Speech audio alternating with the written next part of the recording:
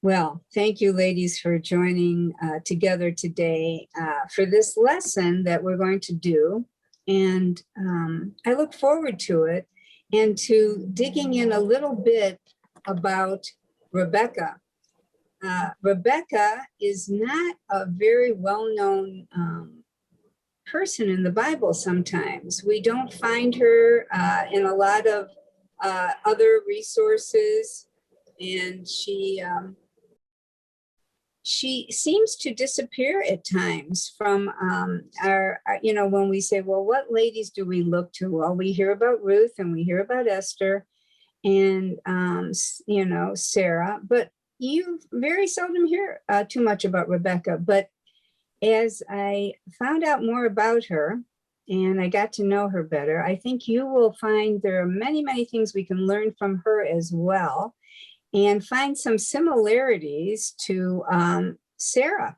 And so we will dive in right now and start. But I do want to mention that Dee Dee will be my speaker, and I appreciate her reading today as we go through a lot of verses. And the reason we have a lot of verses is there's so much linkage between Rebekah and Isaac and some heroes of the Bible, especially as we know, the Lord said that he is the God of Abraham, Isaac, and Jacob. And that is found about 12 times in the Bible. So when God says he is the God of Abraham, Isaac, and Jacob, it behooves us to find out more about this family. And of course, Rebekah was married to Isaac. So Dee Dee, if you would start us off by reading, just to get a little flavor, a little background, if you could read Genesis 17, 1 through 8, and then also Genesis 21, 1 through 3. Thank you. When Abram was 99 years old, the Lord appeared to Abram and said to him, I am Almighty God. Walk before me and be blameless. And I will make my covenant between me and you, and will multiply you exceedingly. Then Abram fell on his face, and God talked with him, saying, As for me, behold, my covenant is with you, and you shall be a father of many nations. No longer shall your name be called Abram, but your name shall be Abraham, for I have made you a father of many nations. I will make you exceedingly fruitful, and will make nations of you, and kings shall come from you. And I will establish my covenant between me and you and your descendants after you and their generations for an everlasting covenant, to be God to you and your descendants after you. Also, I give to you and your descendants after you the land in which you are a stranger, all the land of Canaan, as an everlasting possession, and I will be their God. 21, 1 through 3. And the Lord visited Sarah as he had said, and the Lord did for Sarah as he had spoken. For Sarah conceived and bore Abraham a son in his old age, at the set time of which God had spoken to him. And Abraham called the name of his son who was born to him, whom Sarah bore to him, Isaac. Thank you, Dee Dee. So we see just a little background. Abraham was living in the land of Ur, and he was living in a pagan country, and God chose him. God chose Abraham out of all the people of the earth to be the head, as a father of a multitude of nations. And he put him as the leader and the beginning of a chosen people that God wanted to separate from pagan worship and to have him as their only God. So Abraham was chosen by God. And then the Lord saw that Abraham and Sarah, his wife, were childless. And God had given this covenant, this promise, you're going to be a father of nations. Well, how was that going to be? Well, here we see another miracle. We see God's hand and doing another miracle, wasn't he? He, as we know, Sarah, at the age of 90, gave birth, and she birthed Isaac. And that was a fulfillment of God's promise. So we call Isaac a child of promise. And not only now, that was a tremendous miracle. So we see Isaac as a miracle child. And then we also see that if we remember, and you can go back and look this up, of course, we know the story of Abraham being told, you're going to sacrifice Isaac. I want you to take your only son, your only begotten son, and I want you to sacrifice him. And Abraham got into the Hall of Fame of faith heroes because he did what God said.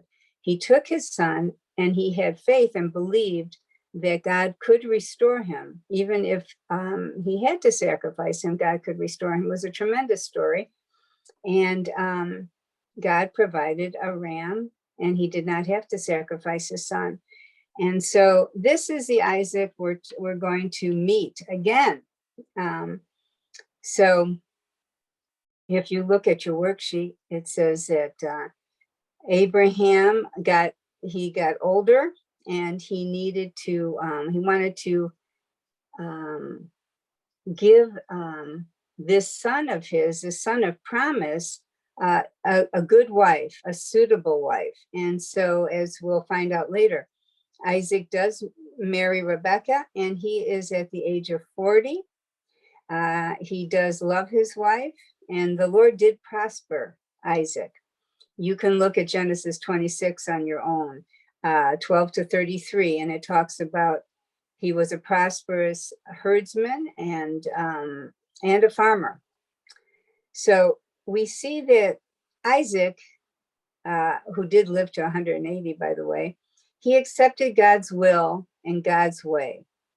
He accepted what his father Abraham had chosen for him, and that we can respect him and admire him for that as well.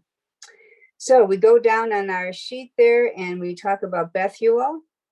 Bethuel is the nephew of Abraham, and he is the father of Laban and Rebekah. And Bethuel is living in Haran, and we do find out later that we don't know too much about Bethuel, except that there were household idols in the home, as we will look later. You can look yourself and find out a little more about Rachel, and she will be mentioned in here too. So going on, we see Rebekah, and her Hebrew name is Rivkah, and it means captivating. She was the daughter of Bethuel. She was the sister of Laban. She was the aunt to Rachel and Leah. She was a granddaughter of Nahor, Abraham's brother, wife of Isaac. She was a mother of Esau and Jacob.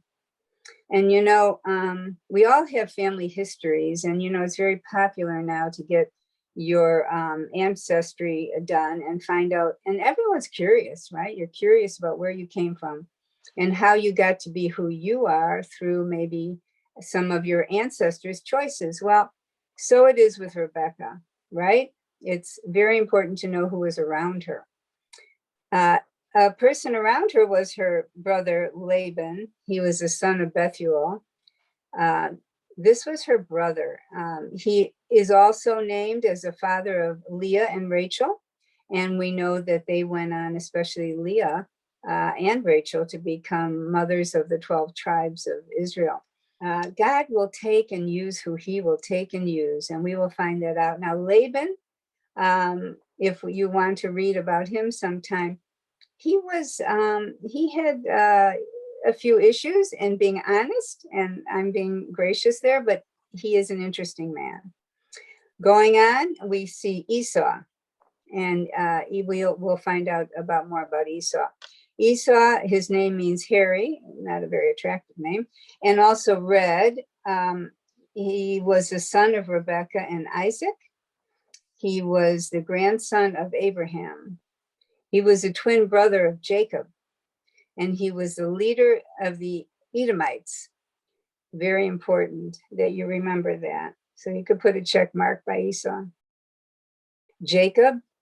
Jacob's name means usurper or deceiver. Well, how about that? I mean, think about how you name your children, right? He ended up living up to that for a while, but God changed his name.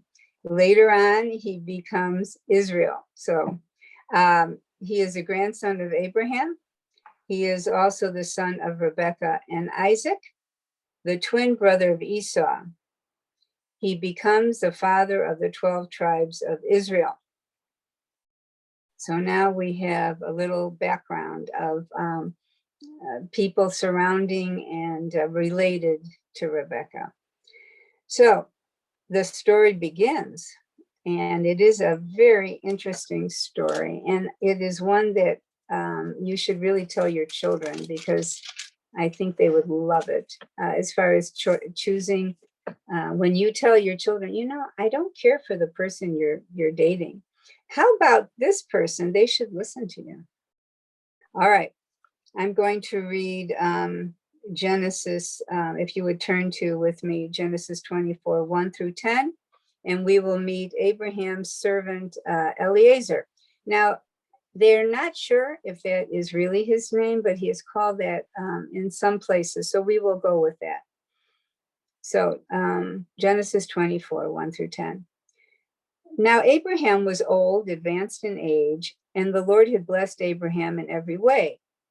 So Abraham said to his servant, the oldest of his household, who had charge of all that he owned, he trusted him, please place your hand under my thigh, and I will make you swear by the Lord, the God of heaven and the God of earth, that you shall not take a wife for my son from the daughters of the Canaanites, among whom I live, but you will go to my country and to my relatives and take a wife for my son Isaac.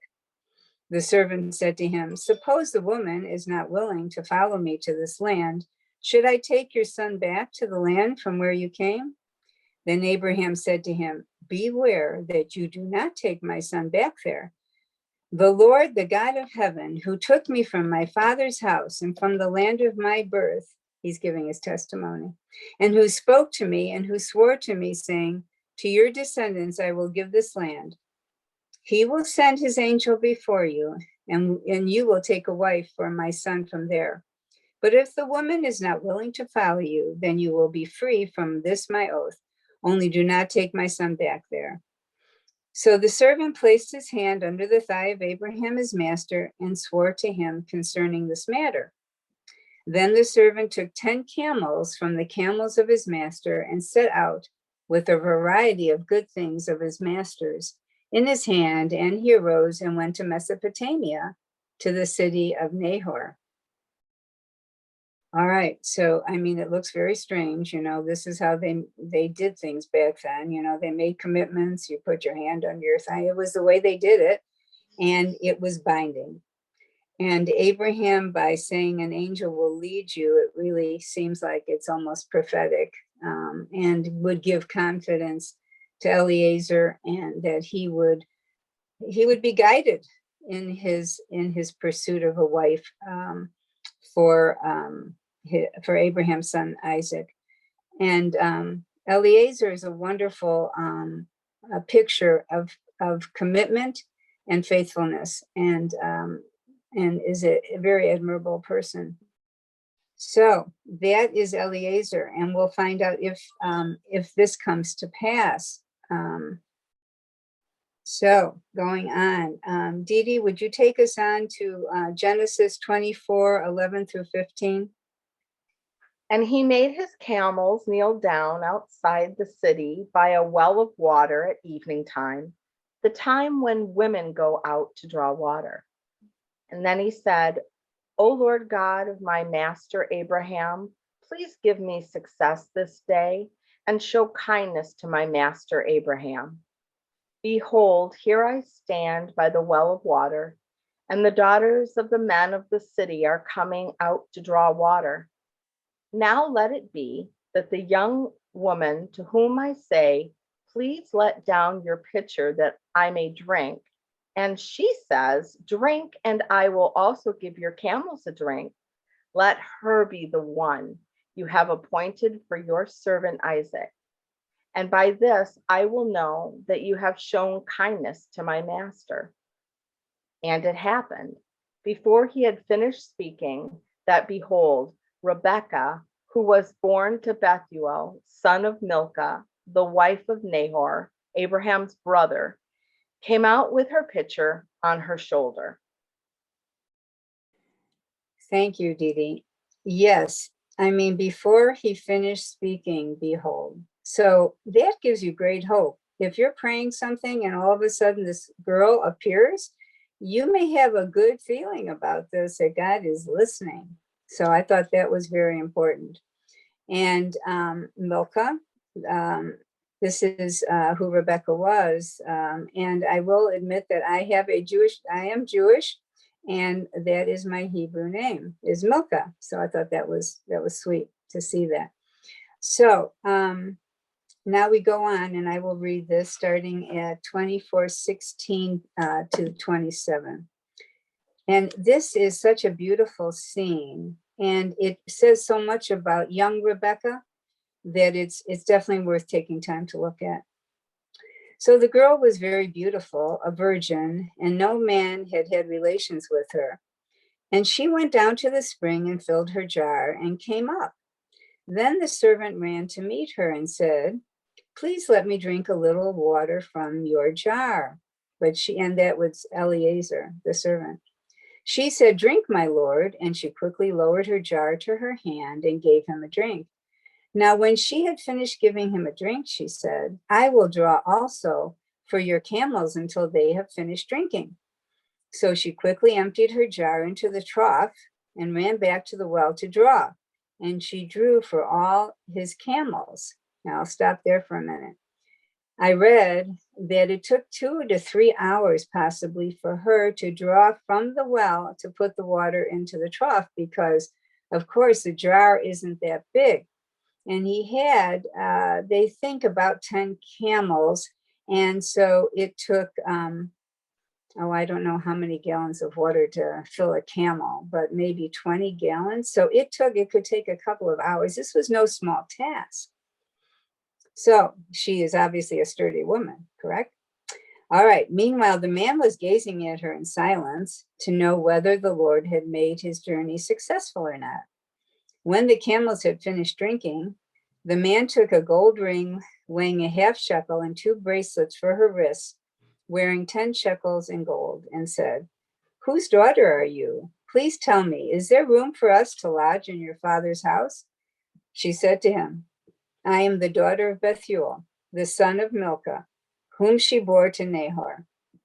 And again she said to him, we have plenty of both straw and feed and room to lodge in. Then the man bowed low and worshiped the Lord. He said, because he knew, blessed be the Lord, the God of my master Abraham, who has not forsaken his loving kindness and his truth toward my master. As for me, the Lord has guided me in the way to the house of my master's brothers. So not only is the prayer fulfilled by seeing this girl, beautiful girl with the water, feeding all these camels, which took forever, I guess. Not only that, but she's related to Abraham's brothers, relatives. This is a relative of Abraham. So now Eliezer is thrilled, and he sees God's hand throughout this. So I wanted to stop here since it is such an important scene where Rebekah is doing all these good things, right? So it made me think of Titus 2:3-5, which I'm going to turn to. And if you want to do the same, let's take a look at it together. So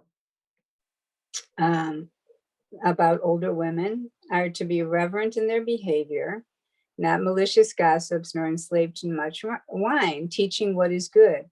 So they may encourage the young women to love their husbands, to love their children, to be sensible, pure, workers at home, kind, being subject to their own husbands, so the word of God will not be dishonored. Well, we'll take that apart a little bit later, but She was kind. She was good. She was willing to give herself to a stranger and water, not only give him water, but camels. At this point in her young life, I think Rebekah was truly obedient, and God, out of all the women he could have chosen, he chose Rebekah. So he wanted Rebekah for Isaac. That is not to be, that won't be disputed. There is another place later on where we will talk about when she comes to visit and see Isaac, and we'll talk about modesty then. But if we could go on, if you would please, Dee Dee, read Genesis 24:67. Then Isaac brought her into his mother Sarah's tent, and he took Rebekah, and she became his wife, and he loved her. So Isaac was comforted after his mother's death. What we find out here is that between meeting Rebekah at the well, and then Rebekah meeting Isaac, there is a story there. So I don't want to miss that. So when she brought Eliezer into her home, he met her brother, and that would be Laban. And so I don't want to pass over that too quickly. So I want to go back to that, and that would be, and go back to Genesis 24:34. And he's talking to her brother as the brother took over the camel, putting them where they needed to go. So he says, this is Eliezer, I am Abraham's servant. The Lord has greatly blessed my master so that he has become rich. And he has given him flocks and herds, silver and gold. He's giving him Isaac's resume, pretty much. And Sarah, my master's wife, bore a son to my master in her old age, and he has given him all that he has. My master made me swear, and he tells him the story about how he came to find Rebekah and what happened there. So I will let you finish reading that, but he does ask and goes on about whether she will come with him. So when we get to verse 45, it says, this is in Genesis 24:45. Before I had finished speaking in my heart, behold, Rebekah came out with her jar. And so he says she was doing exactly what he had prayed for. And Laban and Bethuel said, I don't know if we can let her go to you. Let me ask her. So they did ask her, and in verse 58, she says, 24:58, she says, I will go. And so away she went. Rebekah goes with Eliezer, and she takes her nurse with her, Deborah. And this is the prayer that Laban and Bethuel and the family, this is the blessing they gave to Rebekah. May you, our sister, become thousands of 10,000s, and may your descendants possess the gate of those who hate them. And so they gave her her blessing, and she went off with them. And then, as we understand, she was a pretty brave woman to leave her family and go to an unknown land. She knew she would be taken care of. She also had heard about Abraham, I'm sure, and the honor it would be to be part of continuing on the line of Abraham and his descendants. So this is really good. As we go, take a look at Genesis 24:64 through 66. Rebekah lifted up her eyes, and when she saw Isaac, she dismounted from the camel. No easy task, I imagine. She said to the servant, "Who is that man walking in the field to meet us?" And the servant said, "He is my master." Then she took her veil and covered herself. And the servant told Isaac all the things that he had done. So when I said we talk again about her modesty, there it was. She covered herself with her veil, and it says that Isaac took Rebekah into his mother's tent and loved her and was comforted after his mother's death. Now, I think it's very significant that the Bible says that he loved her, because we don't find that often. And so I think God wanted to stress that they had a good relationship, and he loved her, and they began their life together as husband and wife. So then there's just one other episode I wanted to look at, and you can read this for yourself. It's in Genesis 26, 1 through 23. It's a small episode, but I think it's significant too. They were married, and they were living in a Philistine town called Gerar. And King Abimelech was the king there. And so this is the same King Abimelech who was there when Abraham and Sarah came through. And Abraham had said to Sarah, "Please say you're my sister so they don't kill me because you're beautiful and the king will want you. And would you agree to that?" And she did. And so King Abimelech took her into his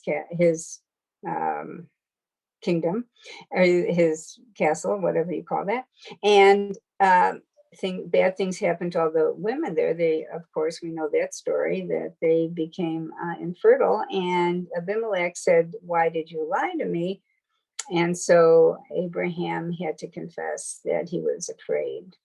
He was afraid. And so that was early on in their marriage. So in this story, it's the same King Abimelech, and they are there, and the men of the town come to Rebekah and say, "Oh, this is a beautiful woman." And they say to Isaac, "Who is she?" And he says, "Well, again, he says, she's my sister." So we have a kind of repetition of the story, and but the men of the town did not bother Rebekah at the time. And the king did see that they were kind of holding hands or being comforting each other. And he says to him, "Isaac, you told me this was your sister." And he said, "I see that she's not." He said, "No, she's my wife." So again, God protected Sarah, and God protected Rebekah. But there is that similarity there of the stories. I thought that was interesting. So remember, we ladies can sort of keep these things in our heart. Now, I don't know that Rebekah did, but it could have put a little wedge between her and Isaac, but that's conjecture from me. So going on, Rebekah as a wife and a mother. Rebekah, similar to Sarah, was barren. So Sarah had been barren for 25 years, and Rebekah was barren for 20 years. And how hard is that on a woman? Waiting for a child was a big disgrace in Israel at the time as well. But we want to go and see what Isaac did for his wife. And Dee Dee, could you read Genesis 25:21, please? Now Isaac pleaded with the Lord for his wife because she was barren, and the Lord granted his plea, and Rebekah his wife conceived. The Lord heard, and they did see, they're praying, they're asking God, correct? Eliezer asked the Lord, "Lead me." Abraham asked the Lord. So we see this is the way things should work, right? And we go on to Genesis 25, verse 22 and 23, which I'll read. So he prays, And the Lord hears, and she becomes pregnant and conceived. But the children struggled together within her. And so she said to the Lord, if it is so, why then am I this way? And she went to inquire of the Lord. How important is that? She asked. The Lord said to her, 2 nations are in your womb, and 2 peoples will be separated from your body, and one people shall be stronger than the other. And here's the telling verse, ladies. And the older shall serve the younger.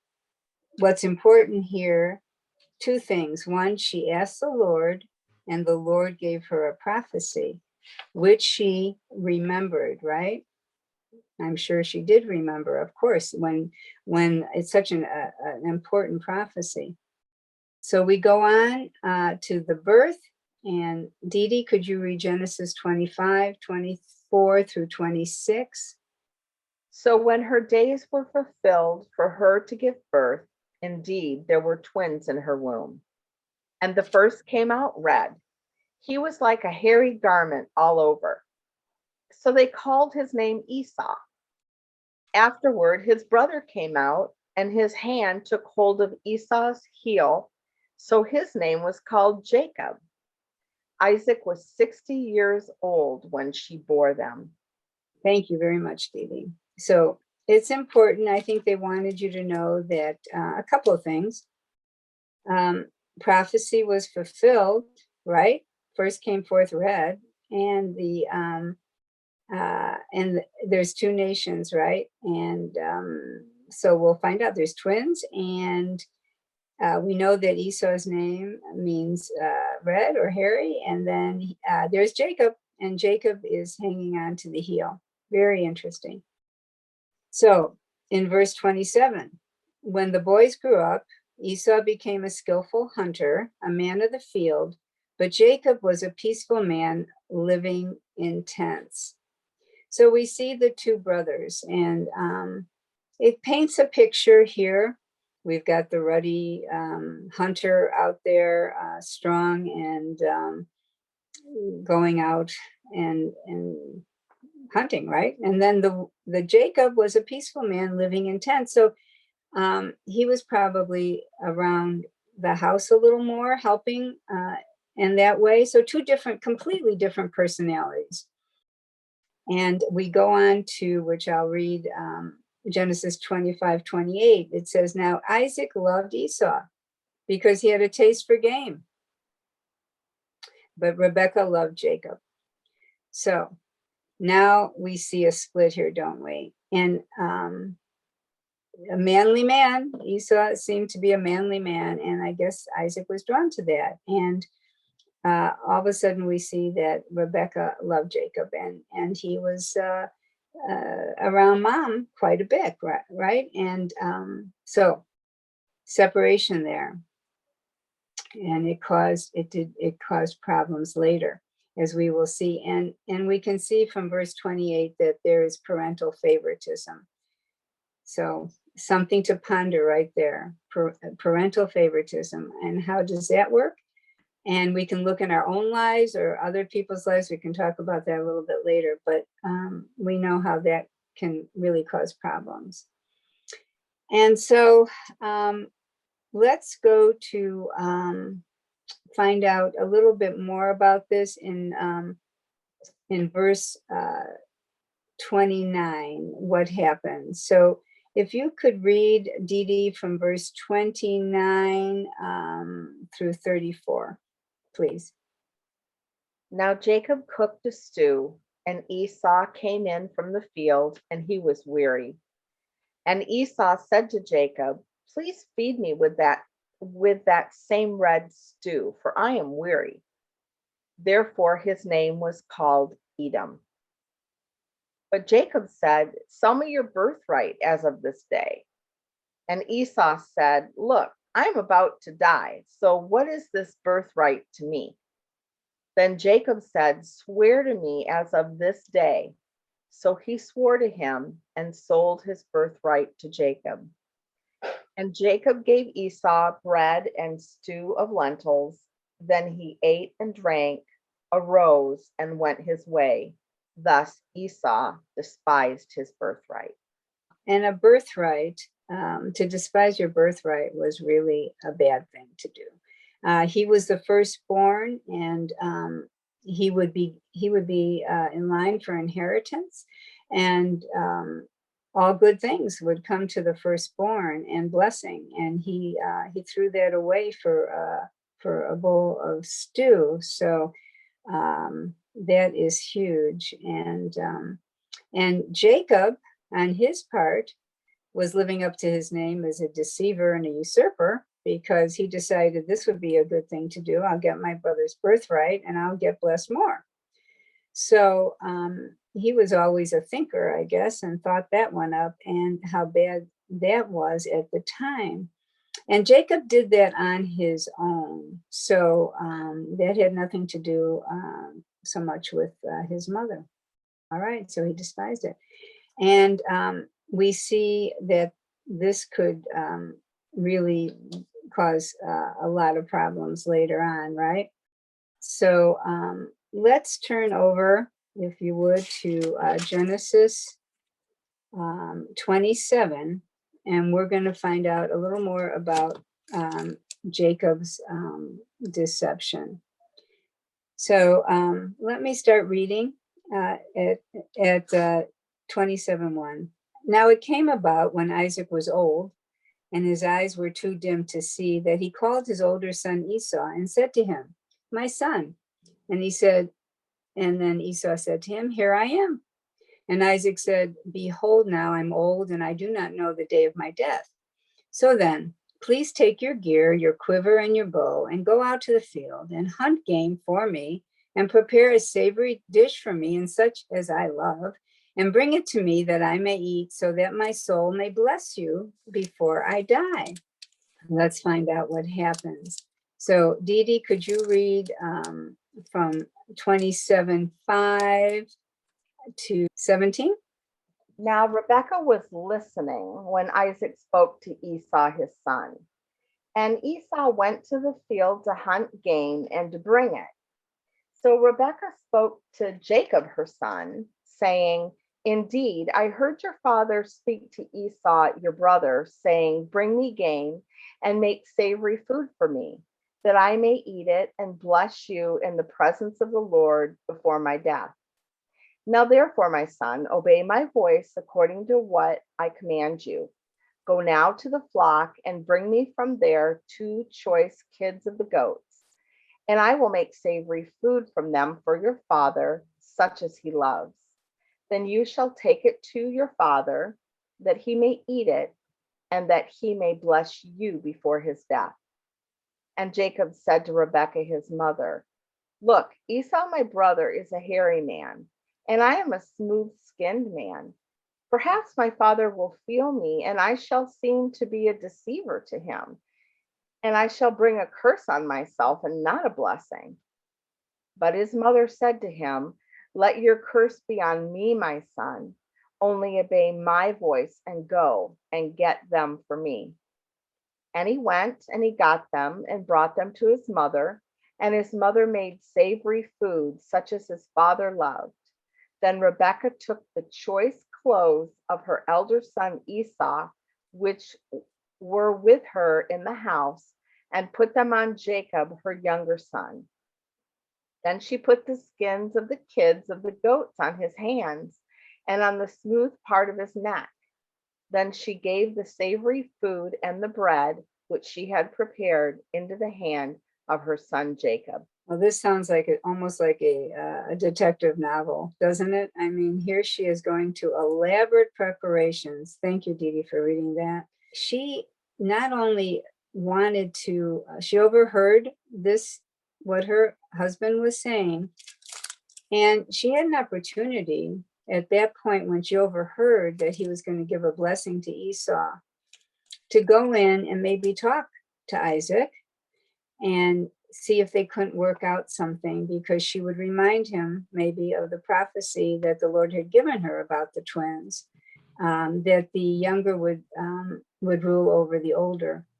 But she didn't. She was manipulative, and the one thing, and that's where we get the title of this, is why didn't she ask the Lord, Lord, do you want me to do this? Is this something I should do? Or are you going to work this out? And this is a huge lesson to us ladies. She went to great preparations to do this, between the skins on his hands, to the clothing of Esau to put on Jacob. It was a huge deception. And what was she teaching Jacob? Not to trust God, to go ahead and do these things. It was not a good lesson, ladies. So then he goes ahead. I'll go on, just, go through this a little bit. Jacob goes into his father, and he's wearing, the clothes, and he says, here I am, father. And his father, who is blind, says, this is Isaac. He says, well, you sound like Jacob, but come over here. And he says, well, you smell like Esau, you smell like the fields. And he said, here's the food. I've got you the food, Lord, that you wanted. Isaac, I've got that for you, Father. And so Isaac said, well, how did you do that so fast? And he said, and he had to lie. So now he's lying. Not only is he lying on how he looks, but he's lying about, I just got this really quickly, and like, so the Lord, he's blaming the Lord. He's saying he got the Lord into this. Now the Lord blessed me by getting me this food so quickly. So this is getting worse all the time, ladies. So then Isaac, believing fully now that this is Esau, the firstborn, and he's going to give him a firstborn blessing. So this is what he goes ahead and he's going to bless. This is the first blessing. And he believes it's his firstborn. So, but he is blessing Jacob. And he says here, chapter 27, verse 27, see, the smell of my son is like the smell of a field, which the Lord has blessed. Now may God give you the dew of heaven and the fatness of the earth and an abundance of grain and new wine. May people serve you and nations bow down to you. Be master of your brothers. And may your mother's sons bow down to you. Cursed be those who curse you, and blessed be those who bless you. Blessings from the Lord are hugely important and binding. This blessing that Jacob got would remain with him. And it did. It did later on. So as far as Rebekah goes, this was a very bad thing, but it goes to show you that God will use even our mistakes to turn for good. So, of course, after this, Esau comes in, finds out that Jacob has been blessed and took his blessing and stole his blessing. And so he comes to his father, and you can look this up later in Genesis 27, and says, Father, where's my blessing? And he said, it says here, and I will quote this. This is what happened in verse 33. Then Isaac trembled violently. It shows he had no idea. He said, who was it he then that hunted game and brought it to me, so that I ate all of it before you came, and blessed him? Yes, and he shall be blessed. When Isaac realized what had happened, he was shocked, and it really affected him. He did give Esau a blessing, but it was nowhere near what Jacob got. Later on, he must have forgiven Jacob, because he wanted Jacob to find a wife, a good wife, a suitable wife, and he sent him off with another blessing, and that's in Genesis 28. But at the end, the choices and the consequences were great for Rebekah. She warned Jacob, you must leave, because Esau will hate you and will pursue you, and he will kill you. So she sent him back to her family, Laban and Bethuel and that family. So it says she was hoping to see her son again, but as far as we know, she never saw Jacob again. She sent him out for safety. And that is so sad, is it not? Also, Esau, the end results for Esau was he became the leader of a tribe called the Edomites, and they became at war with Israel. Jacob's name became Israel. Israel and the Edomites became enemies. And yet, for Isaac, things were good. He is in the hall of faith, Hebrews 11:20, because it says, by faith, Isaac blessed Jacob and Esau concerning things to come. So Rebekah suffered. Of course, Isaac did too, but it shows you the vast repercussions that some of our choices make, right? One thing we saw was that they did not honor their father, and men need respect. And it says in the Bible, to women, we are to respect our husbands. They don't need our love as much as they need our respect. Rebekah did not do that. And we don't know. He was 90 at the time that this happened, but there's no reason that she should not have been respecting Isaac. Also, as we look down in our lessons for us, is to trust the Lord. Had she asked God what to do, maybe God would have made a plan where Jacob would have gotten that blessing. So we learn to trust the Lord from Rebekah, not to have parental favorites. We learned that from her. Continue to talk to your husbands, continual communication. Had she gone to him maybe and talked to him about how she was feeling about things, maybe things would have been different. Also, one more thing, the umbrella of protection. God first, then our husbands, then our wife, that's us, then our children, then parents, church, friends, hobbies. But remember, God first, then your husband, then us, then your children. When that order was awry there for Rebekah, she put her children before, maybe before the Lord even, right? Certainly before her husband. So there's many things we can learn from Rebekah, and if you can go back and search out Genesis 25 through 27, you'll learn even more. But thank you, ladies. Thank you for your time, and blessings to all. Thank you so much.